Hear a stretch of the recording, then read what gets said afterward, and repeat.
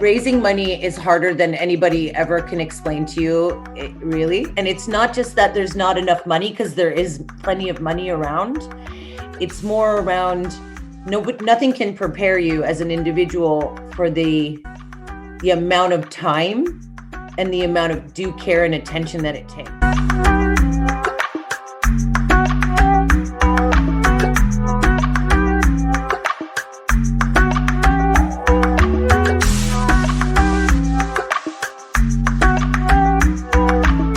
This is my fourth company, and I've never raised money from venture capital and equity before. In the past, I've started with my own money, quite modest amounts really in the very beginning. And then I've brought in like friends and family money, and kind of done it that way mostly. I think with this, I really felt that we had a humongous opportunity, but that it was going to take a substantial amount of investment. I mean, what is a substantial amount of investment? Perspective changes everything, right? But to me, I thought this is going to require a substantial amount of investment if we're going to give it the chance of achieving the potential that it has. And in addition to that, we need some really amazing support from some world-leading people, whether that's a strategic, whether that's an amazingly connected angel, whether that's a VC firm. We need some support that is professional, that is serious, that is world-leading, right? And so that's really was the main reason I decided to do it that way.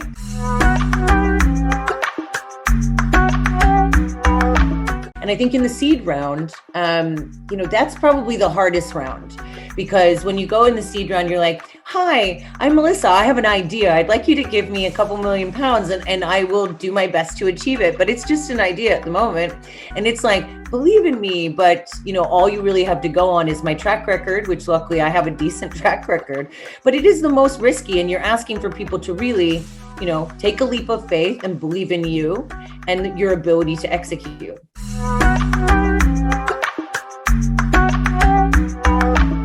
Now, when I went to my Series A, which just closed a couple of days ago, the Series A was different because we had a year of trading, and I could go back and say, when I did my seed round and I said I was going to use the money to build 2 factories and hire all these people and build all these machines and sell all this product, we did it and we hit our forecast, and now we're on target to hit our second year forecast, and we're growing by 600% a year. And then it's certainly still risky. We're still at less than 2 years old, right? But at the same time, you have something to show. You're like, look, we did it. You can come visit our factory. We built all this stuff. We are selling 10,000. Actually, now we sell 15,000 boxes a month. This is a real thing. You can see it in the world. And I think that is less of a just believe in me and more of a this idea is really great. We've proven we can execute. Would you like to come with us? And what can you do to help us to achieve the next step of ambition?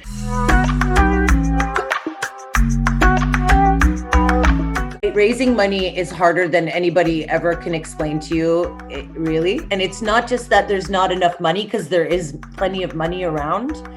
It's more around nothing can prepare you as an individual for the amount of time and the amount of due care and attention that it takes. So like you have to do vetting interviews with, over 100 people to be able to find your top 10. And then out of those top 10, you have to go through due diligence, which is basically being submitted to a tax of like 7 different kinds nonstop for like 2 months, where people are trying to pick holes in your company, your model, your protection, your legal compliance, like literally everything, your finance. And it's, even though we stand up to it every day, and I knew we would, it's not enjoyable to have to answer those kinds of questions all day. And never mind, let's think about that. That's a full-time job, maybe 2 in its own right. And then you still have to run your company, and you cannot lose any progress, and you better hit your targets, because if you start not hitting your targets during your round, you're going to downvalue your business. So it is quite challenging.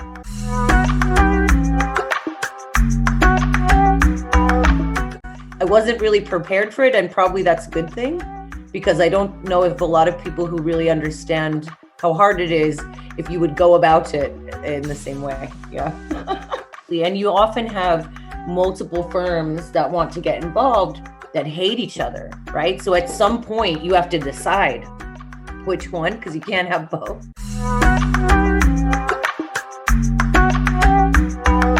You have to create the most competitive environment possible for your business, but you also then have to make sure that you drive the best deal. And oftentimes it's not a zero-sum game, but it's this or that. Like, you can't have everything. So you have to really think very strategically from day one about what you want to achieve out of that round.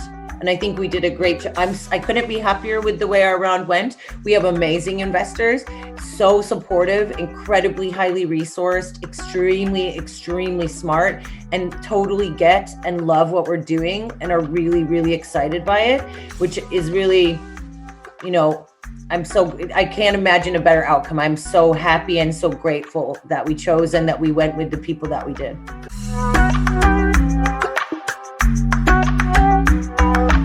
When you first pitch a business to anybody, it is really fun because I'm super proud of what we've done, and it's really great. And I love to talk about what we do, and I'm the best salesperson for our business. Like, I absolutely love to sell our company idea, and I think that's really really fun part. And actually getting to know a lot of these people is really interesting. They all, understanding the landscape of all the different types of players in this market and how they kind of fit together and how sometimes they do not fit together at all, is interesting. Certainly it was a very fast and very intense, I guess you could say, education for me. But, I think the pitching process itself, I actually enjoy that part very much. I think I also enjoy, I don't hate any part of it. I just think that there are certain parts that they do. I can imagine they wear you down, even no matter how strong, no matter how resilient, no matter how awesome it is. It is a process that is challenging to continually you have to basically go to battle every single day for like 3 months. And you have to have your armor on all the time. And it's tricky. Yeah, it is tricky. Yeah.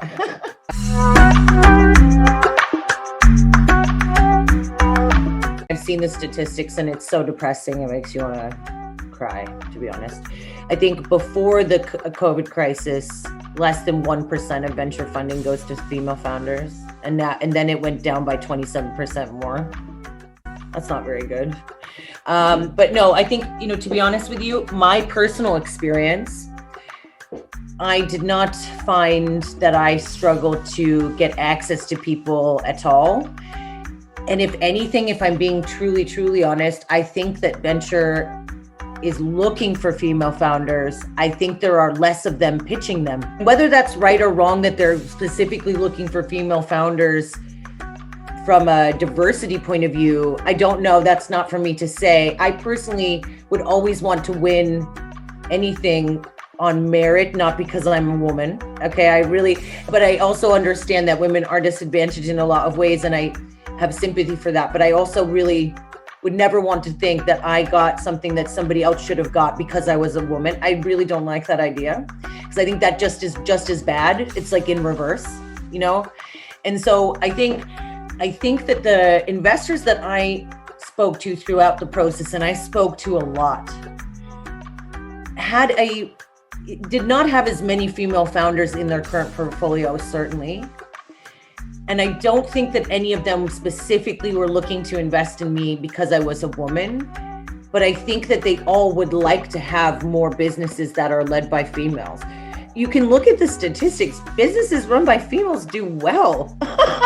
They do really well, right? And so I think that just from a business point of view, and let's be honest, in a lot of cases, you can talk about, we have a passion for this, we have a passion for that. VCs are about making money for their LPs and for their investors.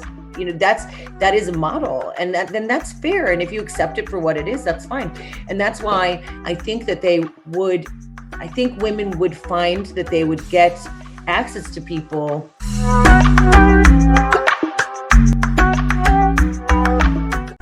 I believe that the bigger issue is that females are not starting businesses as much as men. And that's an issue that starts from very beginning. And that has to do with, I think, the lack of female entrepreneurship role models. I think it has to do with lack of women going into things like technology, business, etc. And then I think there's less people that are willing to be, because women are in general, they have a lot more responsibility for doing things that men can't do, right? Men can't have the babies, right? So if you want to have children, you have to do that, okay? In your relationship, or depending on what your relationship is. But so a lot of women are not able to, or feel like they can, I think, devote the level of commitment that they think is necessary to a business, while also being a great mom. And I totally can relate, but that's very difficult to do.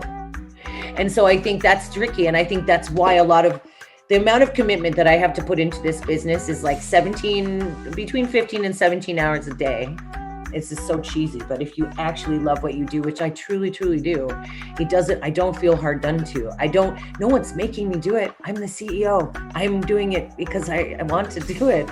But that level of commitment is very challenging if you have tons and tons of more responsibilities. If you look at just the industry in general and how many women are starting businesses, that's the beginning of the issue. So if 75% of new businesses that are going for funding are started by men, there's less women pitching funding from VC.